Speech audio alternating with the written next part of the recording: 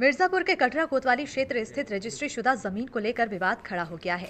विंध्याचल निवासी जोखू सोनकर का आरोप है कि उन्होंने उस वक्त जमीन साल 2022 में पूर्व MLC Shyam Singh, deputy commandant Ashok Singh और उनकी माता रीता सिंह से रजिस्ट्री कराई थी, जिसका नाम खतौनी पर भी दर्ज है।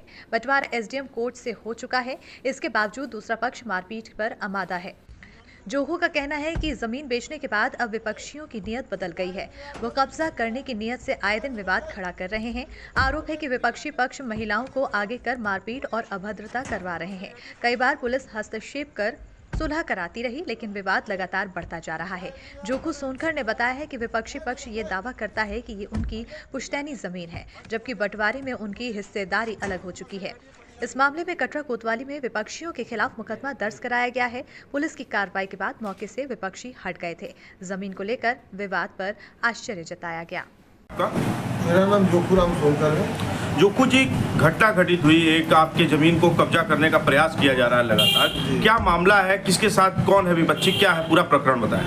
गिरजा शंकर, दया शंकर दो भाई हैं जी। दोनों भाइयों के बीच में जमीन थी पीली कोठी में। दोनों भाइयों के बीच की जमीन एसडीएम साहब के कोर्ट से फाट बंटवारा हो गया, अंतिम डिग्री हो गई, खतौनी भी अलग अलग निकलने लगी। तो दया शंकर के परिवार के लोग, एमएलसी साहब श्याम सिंह जी ने हमको जमीन लिख दिया, एक डिप्टी कमांडेंट हैं अशोक सिंह और उनकी माता जी ने जमीन हमको लिख दिया। अब मेरी जमीन दाखिल खारिज हो गई, मेरे नाम जमीन हो गई, मैं जमीन पे आके कब्जा हो गया। मेरा टीन सेट है, एक तो कमरा है, पूरा तैयार हो गया। गिरजा शंकर जब तक जीता थे कोई विवाद नहीं हुआ। उनके मरने के बाद उनके लड़के आते हैं, बोलते हैं मैं सुप्रीम कोर्ट का वकील हूँ, तुम यहाँ जमीन पर नहीं रह सकते हो, जमीन छोड़ दो। आए दिन बराबर धमकी भी देते थे, 2-3 बार हमसे मारपीट भी कर चुके।